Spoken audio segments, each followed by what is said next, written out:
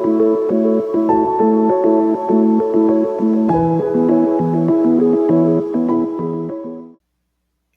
everyone, this is Jason's Joy, video number 4, most likely the last one in this series. Anyone who watched the first 3, thank you very much. And whoever did watch the final one, the number 3, we ended on a somber note. As I said before, it's very difficult for me to talk about Jason. I miss him very much. Some of you may have noticed this necklace I wear. It's all worn now. This was a gift from Jason. I forget whether it was for Mother's Day or for Christmas. So much has happened. My brain is just a fog. But anyway, it's worn off because I rub it all the time. When he was ill, I would rub it to pray, basically, to hope for better things. It is a cross with a heart, and it says, "With faith, all things are possible." And he got that for me, and he got that for me while he was sick and while he was battling the cancer. And I've been wearing it nonstop. I did for a little while because I knew I was ruining it and I wanted to keep it. But these are things that go through your mind when you're dealing with grief and loss. I put it through a jewelry cleaning. It didn't really work because it's actually worn off from me rubbing it. So I put it back on just because it's a gift from him. And I've been struggling with my faith because of what happened. So I think it's important for me to continue to wear it. And, some days if I want to wear a different necklace, I tuck this in the shirt and wear a different one on the outside. But I will always have it with me, whether it's on me or in my pocket or something. But anyway, enough of that.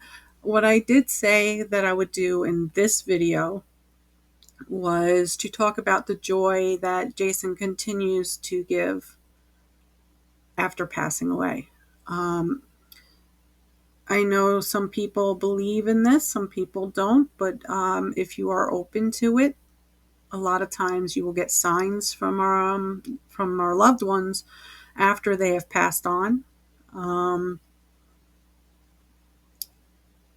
I know that I've begged to have signs. I've begged to see him again, hear him again, and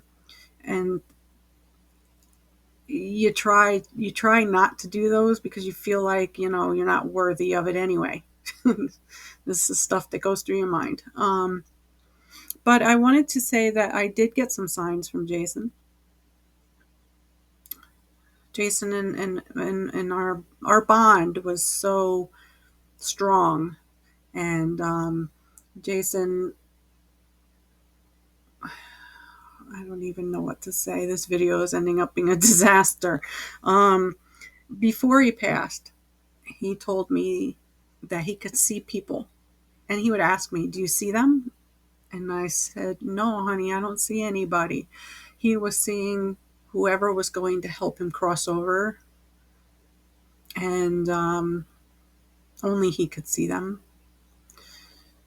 I learned through a medium that he's with my mom, which makes sense. They didn't really have a relationship while she was here. She passed in 2012 from congestive heart failure. And before that, she had moved to Rhode Island and we barely saw her. And so they didn't have a very close relationship. So in my mind, it makes sense that she would be the one to help him because she wasn't here to provide support to him when she was here. So that makes total sense to me. And we'll get into more about what the psychic medium told me. But I do have to put on some reading glasses because I'm getting old, people, to read some of these things that happened since Jason passed. The first thing is during his service, during his funeral service, I wanted to wear a royal blue or a sapphire blue. As I said in one of the videos, the color behind me on the wall in Jason's old room, that was his favorite color. He loved sapphire blue. So most people wear black or dark gray to funerals. I wanted to wear a royal blue or sapphire blue blouse in honor of him.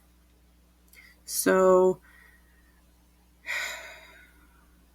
his stepfather and I went into Burlington, because sometimes you can find things that you don't expect in Burlington. And there was only one blouse that was my size that was hanging on the rack that happened to be that color blue. I'm not even kidding. I should have brought the blouse in with me so you could see it. But yes, it happened to be a nice dark royal blue. The only one on a rack in my size. And I said, that's crazy. And I tried it on. It was perfect. And I wore it to his service. During the service, there was radio interference in the PA system. So when people would go up to speak, there was some interference going on through the PA system and through the speakers. And the owner of the funeral parlor and the chaplain, or the person that was running the service, said that had never happened there before. They didn't know why it was happening, but they had some historical information on Jason, how he loved electronics and how he had gotten a degree in switching and stuff like that, networking and all that. And they said that's Jason. He was messing with the service. Because the other thing that kind of proved that was when it came time for me to go up and speak, and which was one of the hardest things for me to ever do. I went up to speak, and there was no interference. And everyone heard every word I said. So, yeah, Jason was making it known that that was him. It was a very difficult service. It was open casket, but we made it through. I did what I needed to do. I felt okay through it. Then the day came. Jason was cremated, so that I could keep him in the house with us. So I share a lot of personal stuff in this video.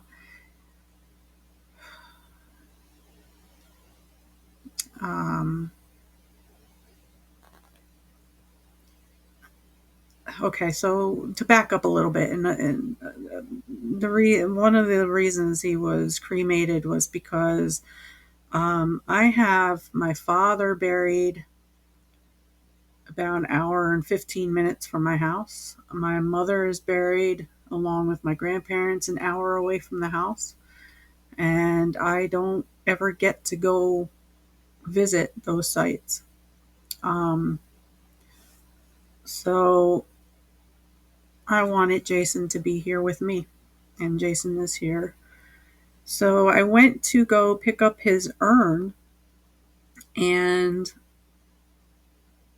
I thought I smelled smoke. And I just figured, it's all in my head because, I had him cremated. And it was driving me mad, the smell, because it's in my head. I was feeling guilty, and there was, this was me beating myself up, and I thought I was imagining it. Well, come to find out, when I came home, I put the urn, down, and Jason's stepfather came running in the house saying that the chicken coop had caught fire. We have a chicken coop, and then we have a smaller chicken loft area, I call it, where the younger chicks go. And come to find out, the heat lamp had fallen and was setting the shavings on fire. And not only was it the day that I picked up Jason's urn, but Jason was always the one that took care of the chickens. So it was his way of saying that he knew and it was okay. It's an odd way of doing it. Thankfully, none of the chickens got hurt or anything, and the fire only smoldered. It didn't actually catch full blaze, so we were very fortunate. But wow, right? You pick up an urn and you smell smoke, and it's an actual fire. It's I have no explanation for that.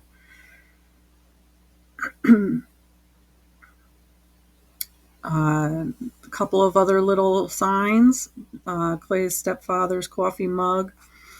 Um, I have that on my list here because it was a special coffee mug Jason had gotten him for Father's Day, the year that he passed. And it meant a lot because it had a picture of the two of them together when Jason was young. And it said, "Thank you for treating me like your own." And it was a special mug. So sometimes we'll sit the mug when we're done with our coffee, we'll sit it on the counter in case we want another cup later on or something like that. Well, his mug sat out overnight, and when I got up to clean it the next morning, it had a little heart in it. I have the picture of that because it amazed me. It had a little heart in it. And then someone pointed out that it looked like a heart on a baby's foot. It looked like there was toes, and just, again, something you can't really explain.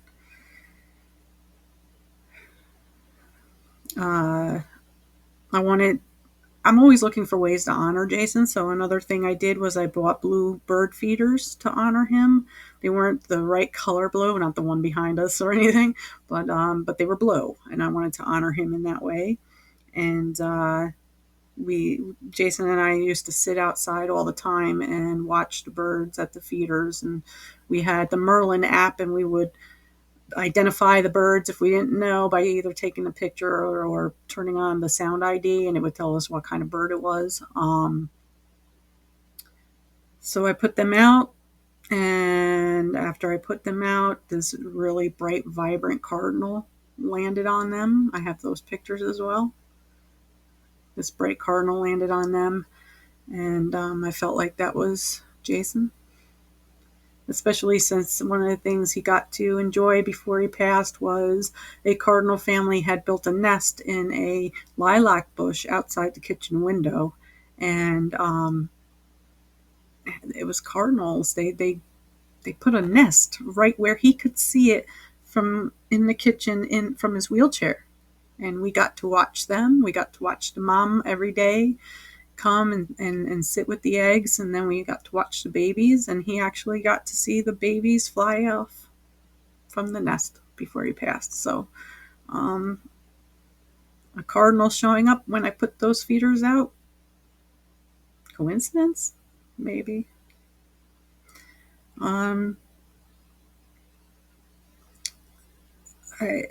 There's so many things I have on this list, some of which I won't get to here, I know that. Let's see. Another one that interesting that happened was I had joined an online medium reading group with Matt Fraser, and he's been a medium to the stars and stuff, and he does online public readings. So I was, again, you beg to hear from them, you beg to see them, you beg to hear their voice, you beg everything. So I said, well, I'm going to join this group. So I joined the online group, and I ended up not getting a personal reading, but as the intro was playing, the video feed was garbled and there was interference. And the first thing Matt Fraser said was, "That has never happened before." Now, of course, I've heard this. I've heard this at the funeral service. That has never happened before with interference. Again, I ask, coincidence? I don't think so. Um,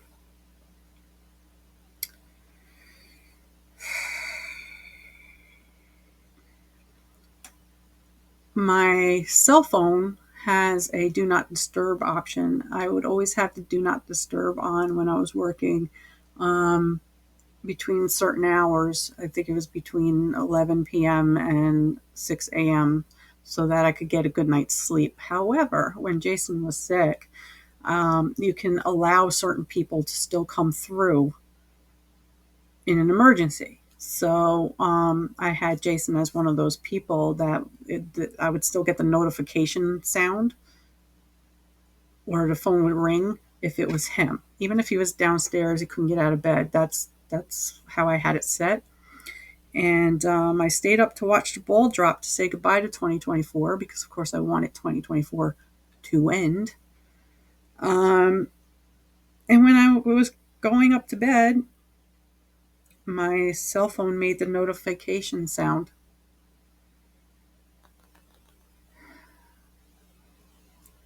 I don't know why. Again, it was Jason. It was only Jason and his stepfather who was on the interrupt me during Do Not Disturb, and that sound went off, and I don't know why. So again, do believe it was my son.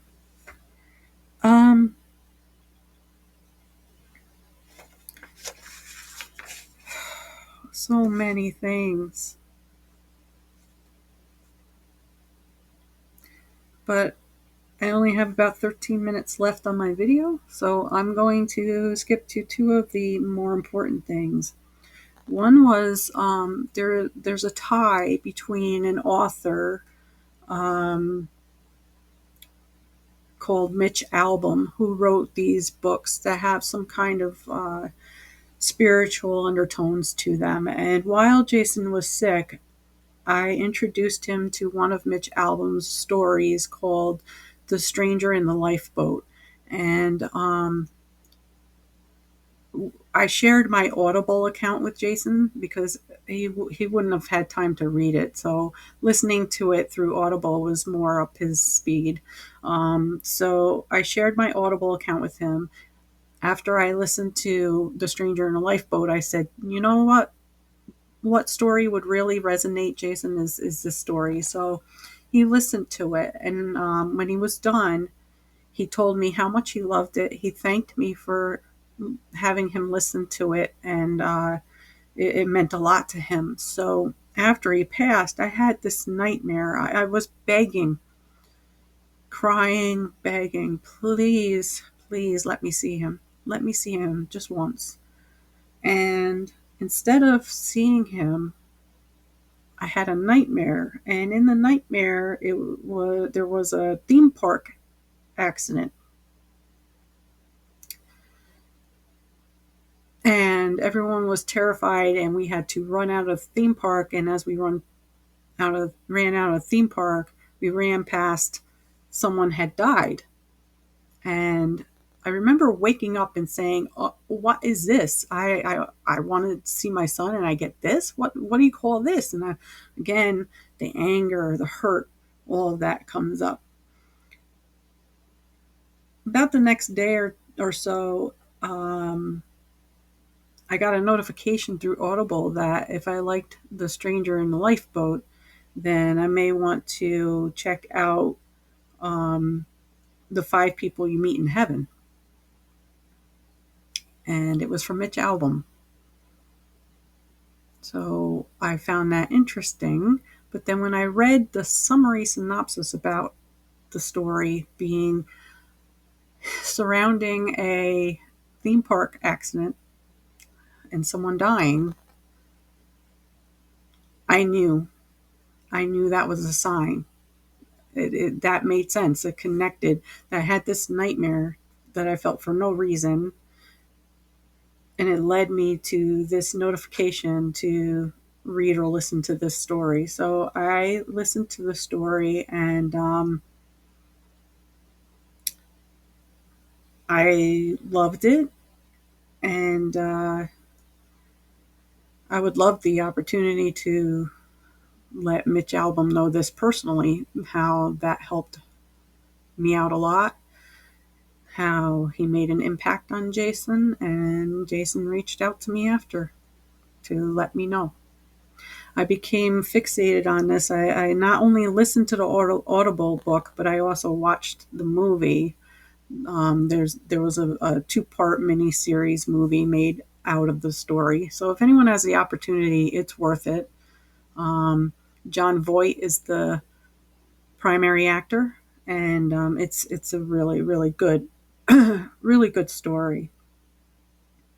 So and the connection with Mitch Albom continues after that. I have other things here that and I need to connect more of those dots, but very good. And I know for a fact that that was Jason telling me to check into that, and that he's okay, that he's met people and they're taking care of him where he is now, and he's okay. The final thing I want to put in this video is this just happened a couple months ago in April. I went with Jason's father-in-law's mother to a psychic medium, and she was the one that told me that he was with my mother, and that my mom was actually healthy again. She was jumping up and down to show that she had energy again and strength, and that made me feel good, and that he was with her. And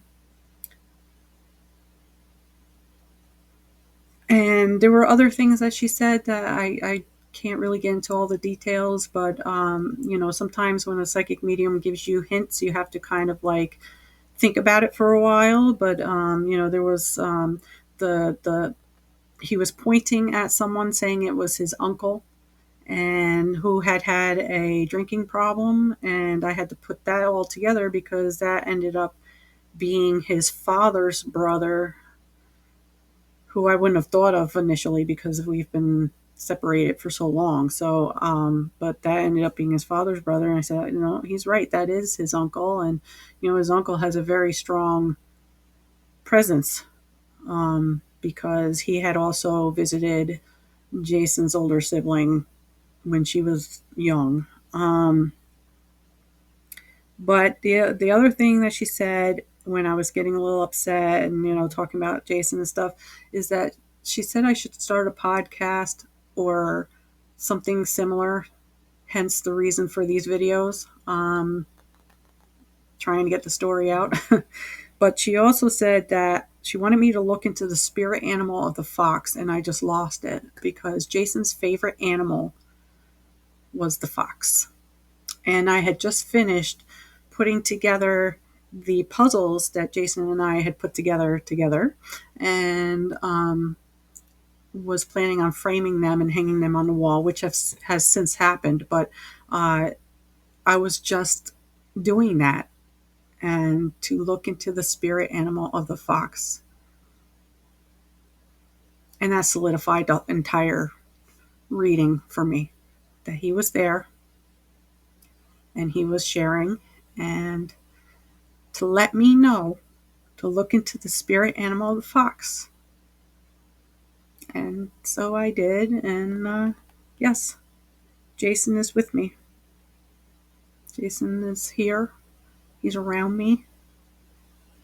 And I'll always miss him. The grieving process doesn't get any easier, as some people would say. It just evolves. You take it day by day, every day, There's always going to be reminders. There's always going to be something you watch together on TV, something that they enjoy to eat. Reminders are everywhere. But if you keep your mind open to these signs, they show you that it's okay and they're okay and life needs to continue. So that's what I wanted to share on this episode of Jason's Joy. He is still a joy, even after not being physically here with me anymore. Always bringing light to my life.